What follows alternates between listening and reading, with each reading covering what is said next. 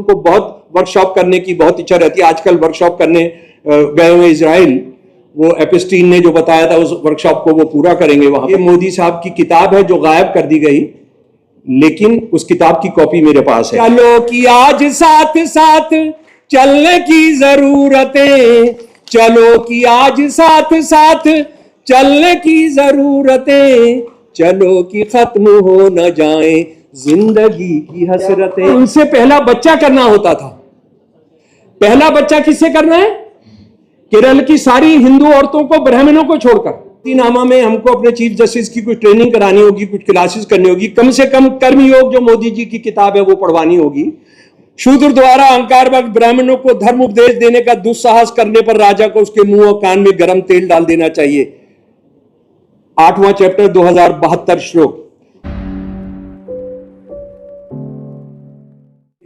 29 जनवरी को जो फैसला आया हमारे सुप्रीम कोर्ट के जस्टिस साहिबान का, वो हमारे गणतंत्र रिपब्लिक डे के 3 दिन के बाद आया। इससे ज़्यादा शर्मनाक बात नहीं हो सकती थी। और मैं ये मानकर चल रहा हूँ कि आप उसके प्रोस एंड कॉन्स जो हैं वो सब जानते हैं। और इसको रोकते हुए जो हमारे चीफ जस्टिस साहब हैं उन्होंने फरमाया, मैं हिंदी में उसका तर्जुमा आपके सामने रख रहा हूं, कि क्या जाति विहीन समाज की उपलब्धि के संदर्भ में हमने जो कुछ भी हासिल किया है उससे हम पीछे जा रहे हैं। यानी हमारे जो मुख्य न्यायाधीश हैं वो ये सोचते हैं कि अगर वो अपने नाम के साथ शर्मा जी हटाकर अपना नाम है जो अभी वो बोलेंगे तो उसके बाद उनकी जातिवादी पहचान वो शायद खत्म हो जाएगी। जातिवाद इस तरह से खत्म नहीं होता है मुख्य न्यायाधीश जी। और सबसे अहम बात यह है कि उनको जातिवाद जहां खोजना चाह रहे हैं, उनको भी नहीं अगर पता है तो फिर मुझे लगता है कि क्या करना पड़ेगा, कहां पर हम लोग जाएंगे। ये वायर ने बहुत अच्छे डाटा जो है वो किया है हमारे साथ कि 18 और 23 के बीच में 98 स्टूडेंट्स दलित, बहुजन, आदिवासी, उन्होंने सुसाइड, यूनियन गवर्नमेंट यूनिवर्सिटीज में उन्होंने सुसाइड किया है। उसके बाद 122 students suicides in top institutions and union government universities between 2014 and 2021। और उसके बाद caste based discrimination complaints in universities and colleges jump 118.4% between 2019 and 23। तो वो उनको नजर नहीं आ रहा। तो बहुत मुश्किल बात है। फिर कैसे, कौन सा बाइनाकुलर, कौन सी दूरबीन उनके लिए लाई जाएगी। मैं एक कॉलेज में पढ़ाने आया, दिल्ली यूनिवर्सिटी के सत्यवती कॉलेज में 1973 के अंदर। और जो पहले दिन की जो मेरी क्लास है उसमें मुझे एक दिया गया शीट, अटेंडेंस शीट, उस जमाने हाथ से ही लिखी जाती थी। तो उसमें बहुत सारे नामों के आगे लास्ट के रिमार्क वाले कॉलम में लिखा हुआ था SC ST, कुछ स्टूडेंट्स के नीचे वो कुछ वजीफा मिलता था या कुछ होता था। तो मुझे बड़ा अटपटा लगा। मैंने ऑफिस में जाकर पूछा, ये पहले महीने की बात है, तो वहां बताया गया कि ऐसा है कि इनको हमको आइडेंटिफाई करने में आसानी होती है कि इनको वजीफा मिलेगा। तो मैंने कहा कि आप अटेंडेंस शीट में क्यों दे रहे हैं, क्योंकि उसको मैं ये देख रहा था कि क्लास में टीचर जो है बहुत सारी बार उसका नाम पढ़कर, अच्छा तू वो है, तूने तो शरारत करनी ही है, तू तो बदतमीज होना, इस तरह का पूरा आभास। और वो उनको मार्क्स देने में भी वो इस्तेमाल होता था। और मैं थोड़े दिन प्रिंसिपल भी रहा सत्यवती कॉलेज का।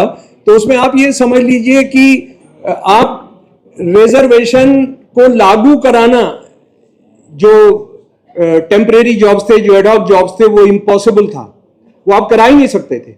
आप ओबीसी में किन किन लोगों ने जॉब्स लिए हैं दिल्ली यूनिवर्सिटी के अंदर, उसका मैं आपको बताता हूं एक उदाहरण। कि गोस्वामी एक है ओबीसी के अंदर, ब्राह्मणों ने गोस्वामी के कैटेगरी के अंदर जॉब्स लिए हैं मेरे प्रिंसिपल रहते हुए। और सिलेक्शन कमेटीज ने उसको ओके किया। जानते थे कि ये ब्राह्मण बच्चे हैं, ये गोस्वामी वो नहीं है जिनकी आप ओबीसी की बात कर रहे हैं। और अगर आप मुसलमान ओबीसी हैं तो आपको 2 गजेटेड ऑफिसर का सिग्नेचर वाला जो सर्टिफिकेट चाहिए वो तो खुदा भी नहीं दिला सकता है उनको। वो कितने यानी वो क्लास विद इन क्लास की जो स्थिति थी वो सामने देखी गई और आप कुछ भी नहीं कर सकते थे। अच्छा, जहां तक इस देश में जातिवाद खत्म हो चुका है वो कभी खत्म नहीं हो सकता। मैं उसके कुछ उदाहरण आपके सामने रख रहा हूं। टाइम्स ऑफ इंडिया 9 फरवरी 2017 की स्टोरी है। इगलास एक जगह है आगरा के पास, वो अलीगढ़ के पास, वहां वो जो कॉन्स्टिट्यूएंसी है वो मेंबर पार्लियामेंट भी एक आरएसएस के वाल्मीकि हैं और उनका बेटा इगलास जो था ये चुनाव लड़ा था। तो टाइम्स ऑफ इंडिया की स्टोरी है, कवर स्टोरी है कि ये बंदा अपना गिलास लेकर जाता है, बिना चप्पल के जाता है और जब ऊंची जातियों के घर में जाता है तो ये अपना गिलास लेता है कि साहब इसमें पानी दे दीजिए, चप्पल नंगे पैर में, देखिए आपके यहां नंगे पैर आया हूं, और ये सबसे ज्यादा वोटों से जीता था। वो 80% ठाकुर कॉन्स्टिट्यूएंसी थी। ये जो मैं आपको बता रहा हूं, मोदी साहब, ये मुझे लग रहा है कि इनको मोदी नामा में हमको अपने चीफ जस्टिस की कुछ ट्रेनिंग करानी होगी, कुछ क्लासेस करनी होगी, कम से कम कर्मयोग जो मोदी जी की किताब है वो पढ़वानी होगी। मोदी जी ने 2007 में किताब लिखी कर्मयोग, और उस कर्मयोग की खास बात यह है कि जो लीडिंग आईएएस आईपीएस थे उनको उन्होंने जमा किया अपने दफ्तर में, क्योंकि उनको बहुत वर्कशॉप करने की बहुत इच्छा रहती है। आजकल वर्कशॉप करने गए हुए इजराइल, वो एपिस्टीन ने जो बताया था उस वर्कशॉप को वो पूरा करेंगे वहां पर। तो ये जो है इसमें क्या लिखा है जरा मैं आपको पढ़कर सुना दे रहा हूं मेरे प्यारे साथियों। इसके अंदर लिखा है आईएएस आईपीएस है, सीनियर आईएएस बैठे हैं, और ये 5000 किताब छपी थी। वहां का जो पेट्रोलियम बोर्ड था उसने इसको छापा था, और उसके अंदर लिखा हुआ है कि मैं कई बार सोचता हूं, वो फिलोसोफर के अंदाज में वो बात कर रहे हैं, मैं कई बार सोचता हूं कि वाल्मीकि लोग जो हैं, क्या टाइम नहीं, आप ऐसे ना करिए भैया, मैं डर जाता हूं।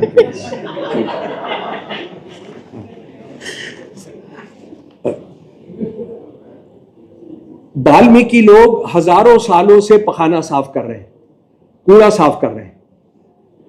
ये कोई और जॉब भी तो कर सकते थे, इन्होंने कोई और जॉब नहीं किया, क्योंकि इनको स्पिरिचुअल सैल्वेशन मिलना है, इनको आध्यात्मिक तौर पर इनको मुक्ति महसूस होती है, इसीलिए ये हजारों साल से इस काम को कर रहे हैं, कोई काम दूसरा नहीं कर सकते हैं।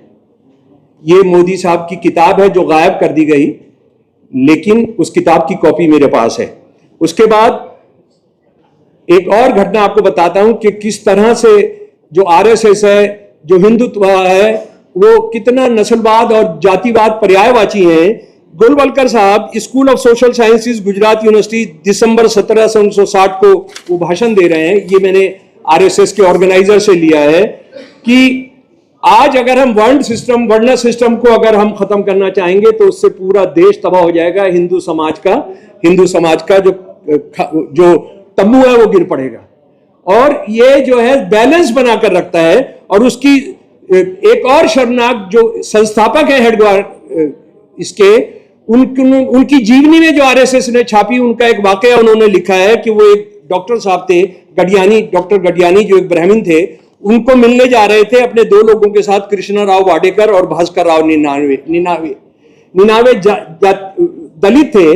तो जब ये उनके घर जा रहे थे तो ये आपस में चर्चा हुई किस में, कृष्णा राव वाडेकर जो ऊंची जाति के थे और हेडगेवार, ये चर्चा हुई कि जनाब वहां जाकर कि जो हमारे साथ दलित जा रहा है, जब वो खाना परोसेंगे तो हम क्या करेंगे, तो इसको साथ खाने देते हैं, क्या फर्क पड़ेगा। उनको डॉक्टर गिडियानी को थोड़ी पता है कि ये दलित है। हेडगेवार जी ने कहा कि नहीं, अगर कभी उनको बाद में पता लग गया तो उससे उनको बहुत दुख होगा। और हेडगेवार साहब ने अपनी मौजूदगी में जो 99 नाम है उनका, सरनेम था, मैं गलत भी हो सकता है ले रहा हूं, तो उनको अलग बिठाकर अलग खाना परोसा गया और उन्होंने फिर वो पत्तल में खिलाकर उसको कहीं खुद ही वो फेंक कर आए। और उसकी एक और बहुत शर्मनाक उदाहरण मैं आपको बताता हूं। गोलवलकर साहब 17 दिसंबर 1960 को गुजरात में सोशल साइंसेज डिपार्टमेंट में थे। सोशल साइंसेज डिपार्टमेंट में उन्होंने जो भाषण किया क्रॉस ब्रीडिंग पर, वो क्रॉस ब्रीडिंग पर वो सुनने लायक है कि हिंदू धर्म के अंदर नस्लीय शुद्धता बनाए रखने के लिए हमारे पूर्वजों ने, अंग्रेजी में उनका भाषण था, ऑर्गेनाइजर ने रिप्रोड्यूस किया, उसका जो एक्सपेरिमेंट किया, वो एक्सपेरिमेंट ये था कि केरला के हिंदुओं की जो भी शादी होती थी ब्राह्मणों को छोड़कर, उसमें वैश्य, शूद्र और ठाकुर, उनकी जो शादी होती थी उसमें जो लड़की है, जो दुल्हन है, उसको अपना पहला बच्चा उत्तर भारत से जो हिंदू ब्राह्मण जाते थे वहां पर उनसे पहला बच्चा करना होता था। पहला बच्चा किससे करना है? केरल की सारी हिंदू औरतों को ब्राह्मणों को छोड़कर यह है कि उन्होंने पहला बच्चा नंबूदिरी ब्राह्मण जो उत्तरी भारत से जाते थे उनके साथ पहला बच्चा पैदा करना होता था। ब्राह्मण उससे बाहर है। ये सारा मौजूद है। मुझे लगता है कि ये सब जो है हमको एक दिन अपने चीफ जस्टिस साहब को देकर आना चाहिए। उसके बाद मेरे प्यारे दोस्तों, एक और बात, मेरी शायद आखिरी बात है ये, कि 26 नवंबर 1949 को भारत की संविधान सभा ने संविधान पास किया। 4 दिन के बाद आरएसएस के ऑर्गेनाइजर ने लिखा एक एडिटोरियल, हम इसको रद्द करते, द कॉन्स्टिट्यूशन एडिटोरियल का नाम है, हम इसको रद्द करते, हमको मनुस्मृति चाहिए। मनुस्मृति के बारे में पहले ही सावरकर साहब लिख चुके थे कि ये चारों वेदों के बाद सबसे पूजनीय स्क्रिप्चर है हिंदुओं की, और ये हिंदू लॉ है। ये सारे दस्तावेज मौजूद हैं। और ये क्या है मेरे प्यारे दोस्तों, आप सब जानते होंगे, लेकिन मैं फिर भी एक बार आपके साथ दोहराना चाहूंगा कि मनुस्मृति में और उसके साथ ही साथ अर्थशास्त्र, आरएसएस की और हिंदुत्ववादियों की जो सबसे वेदों के बाद जो सबसे पूजनीय किताबें, इन दोनों को पढ़ना हम लोगों के लिए बहुत ज्यादा जरूरी है। शूद्र द्वारा अहंकारवश अपेक्षा से द्विजातियों के नाम और जाति उच्चारण करने पर उसके मुंह में 10 उंगली लोहे की जलती कील ठोक देनी चाहिए। चैप्टर 8 2071 श्लोक। शूद्र द्वारा अहंकारवश ब्राह्मणों को धर्म उपदेश देने का दुस्साहस करने पर राजा को उसके मुंह और कान में गर्म तेल डाल देना चाहिए। 8वां चैप्टर 2072 श्लोक। उच्च वर्ग के लोगों के साथ बैठने की इच्छा रखने वाले शूद्र की कमर को दाग करके उसे वहां से निकाल भगाना चाहिए, अथवा उसके नितंब को इस तरह से कटवा देना चाहिए जिसे वह ना मरे ना जिए। 280 8वें भाग का। एक शूद्र को यदि उसके मालिक द्वारा मुक्त भी करा दिया गया हो तो भी वह सेवा करने के फर्ज से मुक्त नहीं हो सकता, क्योंकि उनके लिए यह प्राकृतिक नियम है। और ब्राह्मणों के लिए अध्याय 8 श्लोक 380। राजा को कभी भी एक ब्राह्मण को मृत्युदंड नहीं देना चाहिए, चाहे वह सभी संभव अपराधी क्यों न कर दे। उसे राज्य से निष्कासित कर देना चाहिए, लेकिन उसकी सारी संपत्ति छोड़ देनी चाहिए और उसके शरीर को कोई चोट नहीं पहुंचानी चाहिए। ये लागू होने के लिए ही ये नस्लवादी जंग छिड़ी है, ये रेसिस्ट ने जंग छोड़ी है। और आखिरी बात मैं आपको याद दिलाना चाहता हूं, मंडल विरोधी आंदोलन की याद करिए। यह नस्लवाद का हमला पहली बार नहीं हो रहा है। जब दिल्ली की सरकारी बसों पर लिखा रहता था नाली की चौबारे पर नहीं लगेगी, और अपने ही एक लड़के को इन्होंने जलवाया था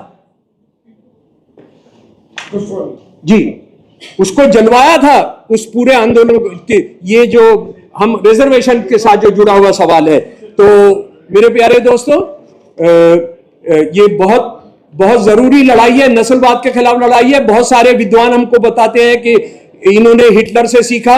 मेरा हमेशा से मानना है कि ब्राह्मणवाद जो है वो ओरिजिनल फैशिज्म है, और ये जातिवाद जो है ये ओरिजिनल रेसिज्म है। और 2 लाइनें गाकर अपनी बात खत्म करूंगा। चले चलो दिलों में घाव लेके भी चले चलो लहू लोहान पांव लेके भी चले चलो कि आज साथ साथ चलने की जरूरतें, चलो कि आज साथ साथ चलने की जरूरतें, चलो कि खत्म हो न जाए जिंदगी की हसरतें, चलो कि खत्म हो न जाए। खबरों में बने रहने के लिए फोरम 4 को सब्सक्राइब करें और नोटिफिकेशन पाने के लिए बेल आइकन दबाएं।